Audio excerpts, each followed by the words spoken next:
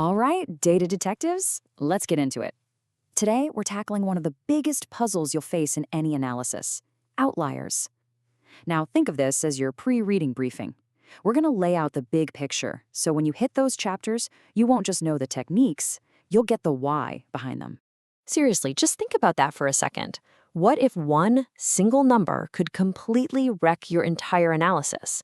You've put in all the work, you've gathered all this data, and just one rogue data point is hiding in there, ready to send you off in a totally wrong direction. Well, that's exactly the problem we're going to solve.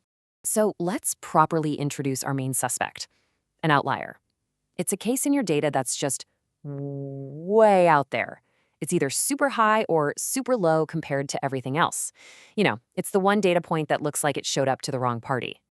So why do we even care? Well, because these outliers are basically data saboteurs. Imagine you're calculating the average income for a small company, and the CEO's salary is in the mix. That one huge number is going to pull the average way, way up, and it'll make it seem like everyone's earning more than they actually are. That's what outliers do. They can make your whole analysis totally misleading. Okay, so how do we hunt down these saboteurs? We need the right tools for the job. Let's open up our Data Detectives Toolkit and look at the two most important methods you're going to use. Our first tool is designed for a very specific kind of data set, one that has what we call a normal distribution. And you've probably seen this before. It's that classic, beautiful bell curve where most of your data is all bunched up in the middle. And this first tool is called the 3 sigma rule. Now, don't let the Greek letter freak you out. Sigma is just what statisticians use for standard deviation, which is really just a fancy way of measuring how spread out your data is. So you can just think of this as the 3 standard deviation rule. The logic here is actually pretty simple and kind of beautiful. When your data fits that bell curve, it turns out that 99.7% of all your data points will naturally fall within 3 standard deviations of the average. So the rule is simple. If something falls outside of that huge range, it's probably an outlier worth looking at. So here's the game plan. First, you find your average and your standard deviation. Easy enough. Then, you calculate your boundaries. Your upper limit is the mean plus 3 standard deviations, and the lower is the mean minus 3. Anything that falls outside of that zone, boom, it gets a flag. Let's look at a quick case file. Here we're looking at the height of a bunch of people, measured in inches. And as you can see, it makes a pretty nice bell curve, right? Most people are in the middle, with fewer people at the very short and very tall ends. This is a perfect job for our 3 sigma rule. And in this case, when we applied the rule, we only found 8 cases to remove.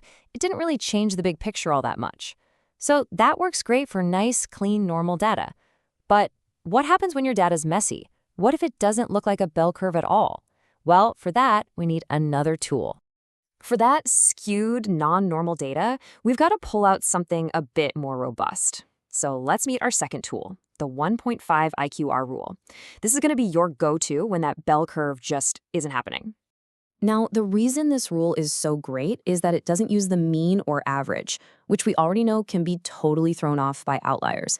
Instead, it uses something called the interquartile range, or IQR, and that's just the middle 50% of your data. It's way more stable.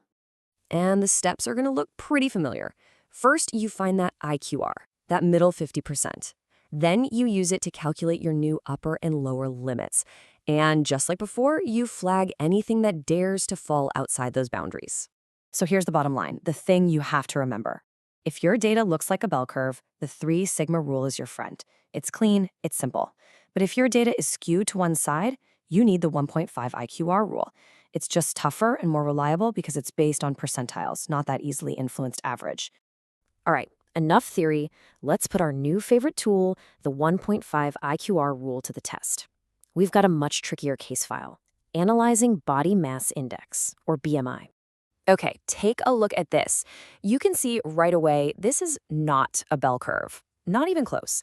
See how most of the data is piled up on the left side, and then you have this long tail stretching out to the right? That's what we call skewed data. And that long tail is almost definitely hiding some outliers. So every detective needs clues, right? For us, the clues are right here in the numbers. We need 2 key pieces of information: the 25th percentile, which is 24.03, and the 75th percentile, which is 31.91. Those two numbers define that solid middle 50% of our data that we're going to use to crack this case. So we take those numbers, we plug them into our 1.5 IQR formula, and we get our upper limit.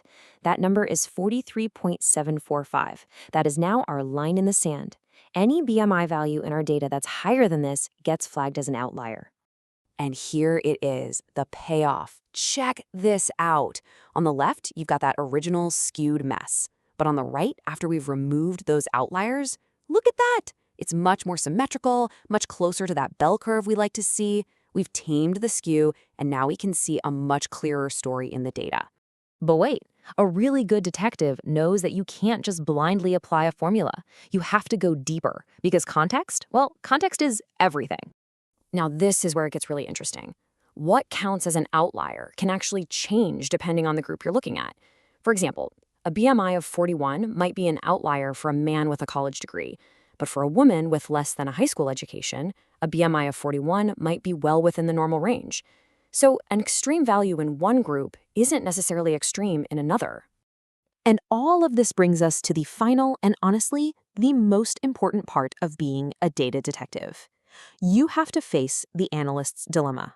So the big question is, after all this, should you just automatically delete every single outlier you find? Is that the right move?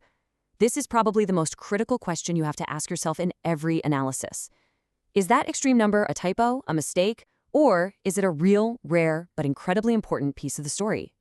And this really is the key takeaway of this whole thing. There's no magic formula. There is no one-size-fits-all answer.